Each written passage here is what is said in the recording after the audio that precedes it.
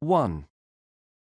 Is Chinese artist Cai Guoqiang a painter, a sculptor, or a show director? Well, he's all of these things. He makes huge sculptures, and the amazing 2008 Beijing Olympic Games opening show was organised by him too. But he's probably most famous for his fire paintings, which are made by explosions. There are exhibitions of his work all around the world, and galleries and museums have had a lot of books written about him too. So, if you're interested in modern Chinese art, check him out. 2. Before you look around the museum, I want to tell you about the history of St Ives. St Ives was just a small fishing town on the Cornish coast until the 1950s. Then artists were attracted to the town by its wild natural beauty. The history of modern British art was changed by some of these artists, but life wasn't easy for them. They lived in old stone cottages which had been made for poor people, and they were very poor too. Today they are famous, of course. The Tate Gallery had this museum built just to show their work. 3. Christopher Paolini's first book was written when he was 15. That's amazing, but it's not why I like him. His books are fantasy books, of course.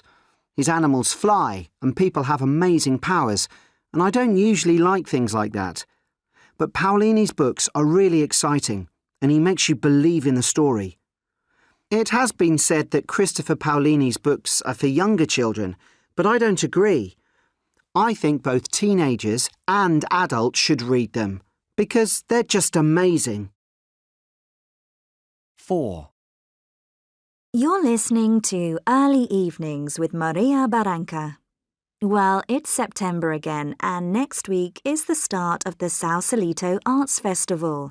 260 artists have been chosen to be in this year's festival, so you can see great painting, sculpture, clothes, and even have your portrait drawn. Or why not sit by San Francisco Bay and listen to the great musicians who have been invited to perform here this year? The festival is on from the 5th to the 7th of September, and you really should visit. It's going to be great fun. 5. I can't believe it's been 25 years since we started the band. We used to practice in my aunt's house. She was often visited by the neighbours when we made too much noise. People asked us to play at weddings and things like that, but we weren't paid much money. Then, one day, a girl came up to us after a show and said, "Can I borrow your guitar?" After she'd been given Jake's guitar, she played a song that we'd never heard before.